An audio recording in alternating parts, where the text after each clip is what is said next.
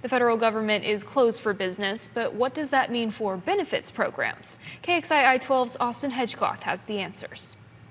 The federal government has shut down for the first time since 2018. This government shutdown is no doubt going to impact everyday Americans. That means everything, including federal funding, is put on pause. For benefits programs like SNAP and WIC, the longer the shutdown, the more problems arise. 3 of the last 4 government shutdowns have lasted more than 2 weeks. 2018's 34-day closure marks the longest in U.S. history. If the benefits run dry during this shutdown, residents may turn to local food banks for help. The Grayson County Salvation Army says it's prepared to help anyone in need if the shutdown is extensive.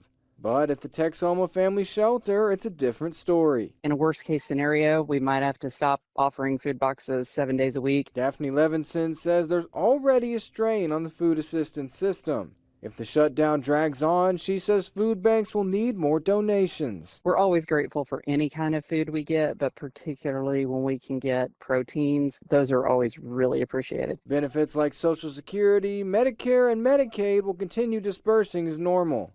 The trouble comes for those who are trying to enroll, update information, or do certain administrative tasks during the shutdown.